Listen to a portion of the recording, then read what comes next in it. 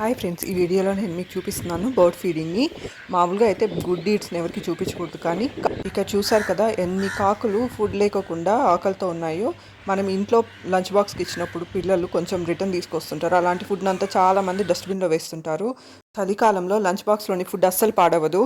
ఇక్కడ చూసారు కదా, ఇలా పెట్టేసామంటే మేడ పైన గోడ పైన లేదంటే ఒక ప్లేట్ పెట్టి అందులో పెట్టేసామంటే ఎన్ని కాకులు ఆకలితో ఉన్నాయి చూసారు కదా. కాకులు ఈ ఫుడ్ని అయితే తింటాయన్నమాట. వాటికి ఎంత ఆకలి ఉంటుందంటే పెట్టంగానే అన్నీ వాలుకుంటూ వచ్చేస్తాయి అన్నమాట. అంత ఆకలితో ఉంటాయి ఈ బర్డ్స్ అయితే. ఫుడ్ ఇంపార్టెన్స్ని చూపించడం కోసం నేనైతే ఈ వీడియోస్ని చేస్తున్నాను. మనం ఫుడ్ని వేస్ట్ చేసే బదులు ఎన్ని ప్రాణులు ఆకలితో ఉంటాయి చూడండి. ఫుడ్ని అయితే వేస్ట్ చేయకూడదు, ఇలా కాకులకి పెట్టచ్చు. డస్ట్బిన్లో వేసే ముందర ఒకసారి ఆలోచించుకోవాలన్నమాట ప్రతి ఒక్కరూ. ఇప్పటి పిల్లలు అయితే అసలు ఫుడ్ని బాగా వేస్ట్ చేస్తున్నారు. అసలు అరిసెలు కూడా తినరు అనమాట. మా ఇంట్లో అయితే అరిసెలు అన్నీ అలానే ఉన్నాయి. వేస్ట్ చేయడం ఎందుకని నేను అప్పుడప్పుడు కాకులకు కూడా పెడుతున్నాను అనమాట.